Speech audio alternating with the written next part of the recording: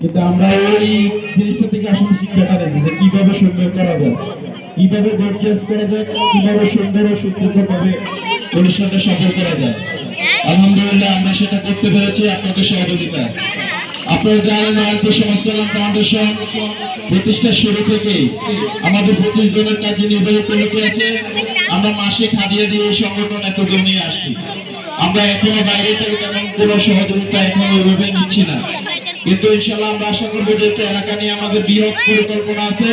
আমরা আশা করবো আপনারা আমাদের সাথে আপনাদের সহযোগিতা হাত বাড়িয়ে দিবেন, যাতে আমরা এলাকার যে সামাজিক কাজগুলো আছে, আমাদের যে থিম সুন্দর সুশৃঙ্খল সমাজ বিনির্মাণে আমরা যে প্রতিশ্রুতি দিয়েছি সেটা আমরা যাতে বাস্তবায়ন করতে পারি।